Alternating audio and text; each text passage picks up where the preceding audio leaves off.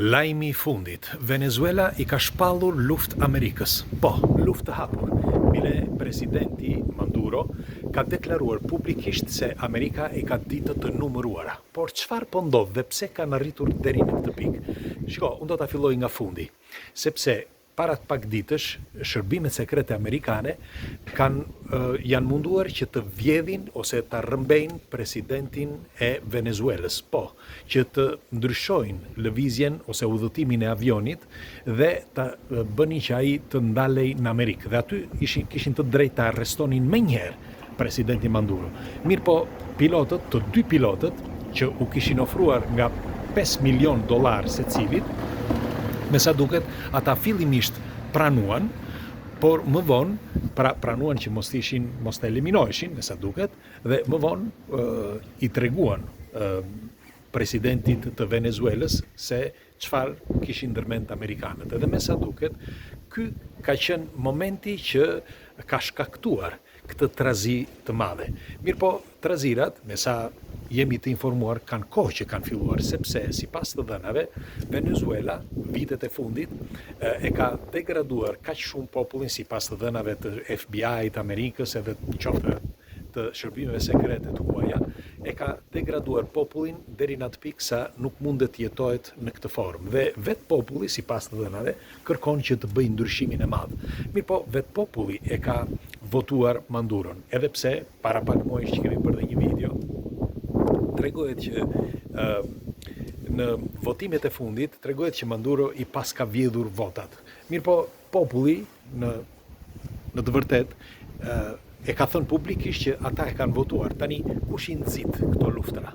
Dhe pse kanë ardhur deri në këtë pikë? Shiko, nuk duhet në bleftësuar Venezuela, sepse Venezuela është një nga vendet më të rëndësishme të diskutohet pas Brazilit, të kontinentit të Amerikës së Jugut. Dhe në qoftë se ngrihet Venezuela, pra kundër Amerikës, shkakton efektin domino. Po pse?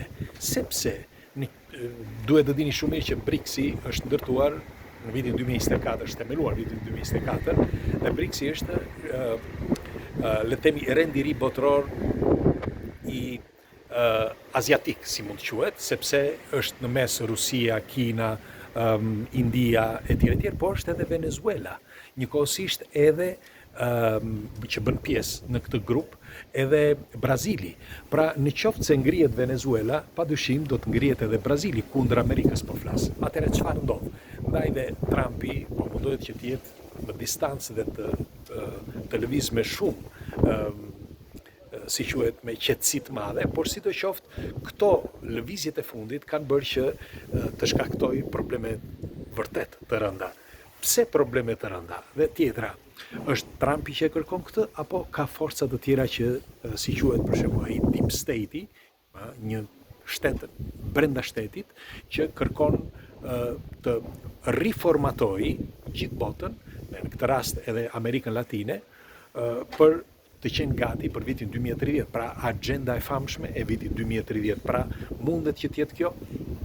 Megjithatë, incidentet e fundit që po ndodhin qoftë në Venezuelë, por edhe në Brazil, edhe në vende të tjera, tregojnë haptazi, për mendimin tim, pastaj do diskutoj atë bashkë me ju, padyshim ka ekspert mes nesh, tregojnë haptazi që jemi përballë një situate vërtet delikate që këto vende, pra vendet që kanë pushtetin prej vitesh, ka ardhur momenti që të ndryshojnë, sepse turistët e mëdha, jo vetëm të Amerikës, por edhe të botës, të detyrojnë në një farë mënyre që ti të ndryshosh, me dashje apo pa dashje.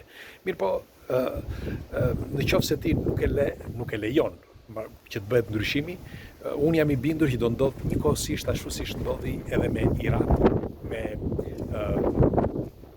apo me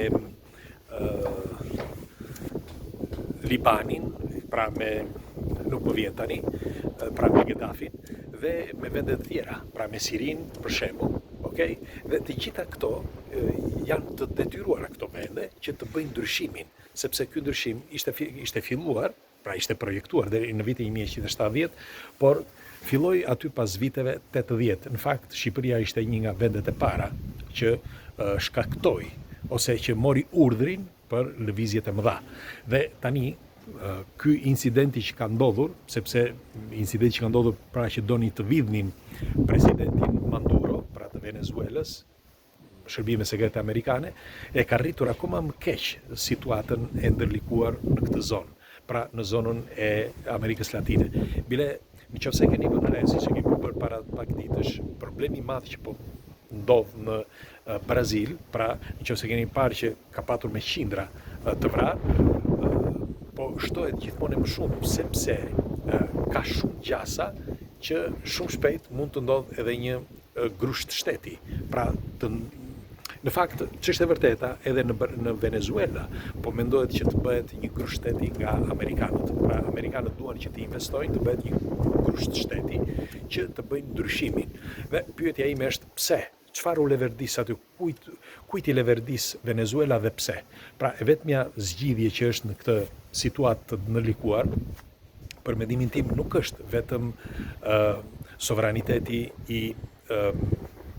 që duhet ndryshoj, por për mendimin tim është sepse situata që duhet arri për para vitit 2030 që të jetë përgatitur çdo gjë ashtu siç është diktuar në agjendën 2030, sepse ç'është e vërteta, agjenda 2030 me ata që nuk e kanë kuptuar është thelbësore në këtë projekt që të gjitha dinastit e kaluara, pra dinastit që kanë dominuar në çdo vend, duhen rrëzuar. Nëse keni kuptuar, ky është thelbi i vërtet. Pra duhen rrëzuar të gjitha dinastit, sepse çdo gjë lëvron përmjet dinastive dhe për një qëllim të vetëm, për pushtet dhe para. Kjo është në sintezë. Dhe me sa duket, sot ka shumë herë dhe shpresoj të dëgjohet kjo që thash, po jam duke ikur në punë dhe doja të bëja një video shpejt e shpejt sepse më bëri përshtypje kjo deklarata e fortë e presidentit Maduro të Venezuelës që tha Amerika i ka ditët të numëruara. Nuk mund të thuash një gjë të tillë sepse është akoma më keq për mendimin tim, sepse Maduro padyshim nuk duhet në vlerësuar si thash, por ka edhe një mbështetje të fortë, siç e din edhe të BRICS-it, pra të Rusisë, të Kinës, të Koresë së Veriut, pra ka një mbështetje të shteteve që janë vërtet të mobilizuara dhe kanë një armatim jo vetëm bërthamor, por edhe ushtarak shumë të madh. Kështu që shpresojmë që mos ndodh një përplasje mes Amerikës dhe Venezuelës, por me sa duket, avionët luftarak amerikan janë afruar në brigjet e Venezuelës, njëkohësisht edhe Venezuela po përgatitet siç tregohet për luftë. Këto janë lajmet e orëve të fundit dhe shpresojmë që mos ndodh gjë sepse pastaj ndodh efekti domino. Megjithatë doja t'ju informoja dhe pres komentet tuaja çfarë mendimi keni për këto traziret e fundit në Amerikën Latine, jo vetëm në Venezuela, por edhe në Brazil. Bile do filloj pas pak edhe në vendet e tjera latine, duke filluar që poshtë nga Argentina deri sipër. Mendohet. Megjithatë kili po mbahet dal nga dal, por së fundmi do e shikojmë se çfarë ndodh në muajt në vijim. Por gjithë Amerika Latine, për mendimin tim, është dënuar dhe që të pastrohet. Pres komentet tuaja.